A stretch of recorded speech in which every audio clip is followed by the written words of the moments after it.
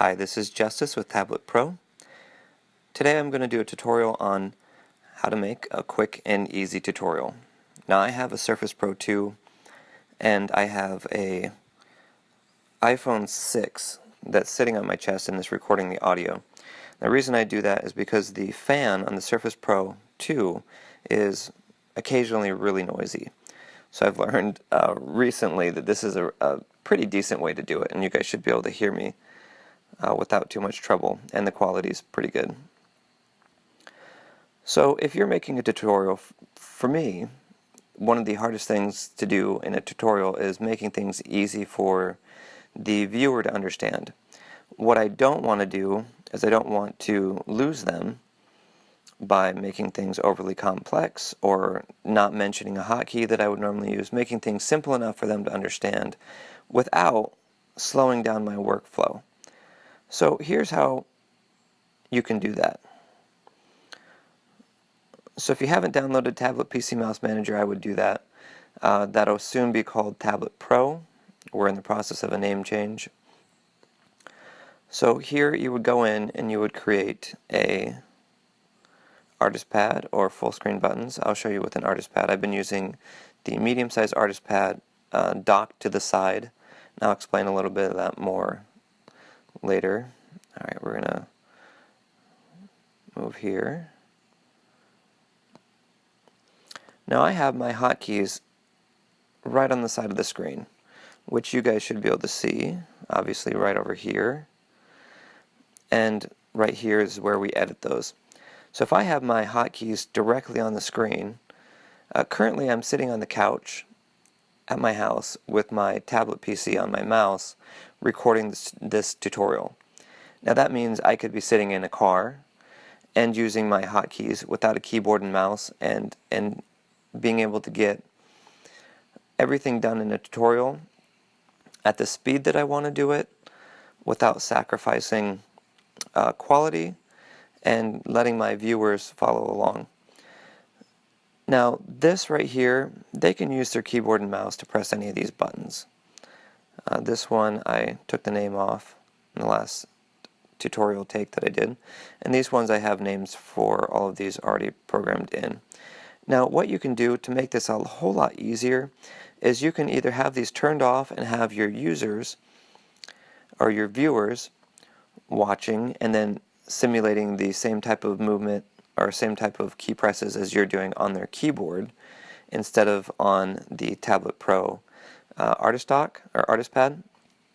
Or you can make this INI file, this preset layout file that you created for your style of work, for the way that you do things, available to your users when they sign up for an email or sign up for an email subscription. This is an excellent way for them to get what they want, for you to be able to work as fast as you'd like to work, wherever you'd like to work, and also to be productive the way that you want to be productive. Alright, so let's go ahead and save this. We're going to go ahead and minimize and switch back to full screen mode. Now I'm using my tablet screen like a trackpad.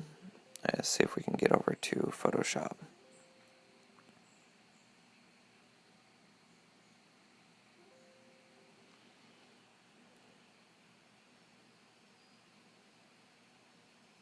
Alright, let's close that window and try again.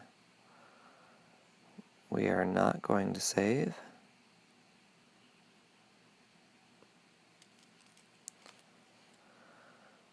So I'll take about 20 seconds and demonstrate how I would do a tutorial using Tablet Pro. So there's a little picture I've been drawing. I'm going to switch to the artist pad. And now let's zoom in. So you can see over here I press Z. Oh, let me select the canvas first, I guess. Press Z, press space, and you can see that I'm pressing space at the same time that I'm doing that. B to select the brush tool, and now if I click Alt, currently you have to double tap the pen in order to select some of these keys over here on the side, but I'm going to go ahead and pick this brown color, and I have B's already selected, so I can start drawing. I can change my brush with these hotkeys up here, and these are the actual hotkeys.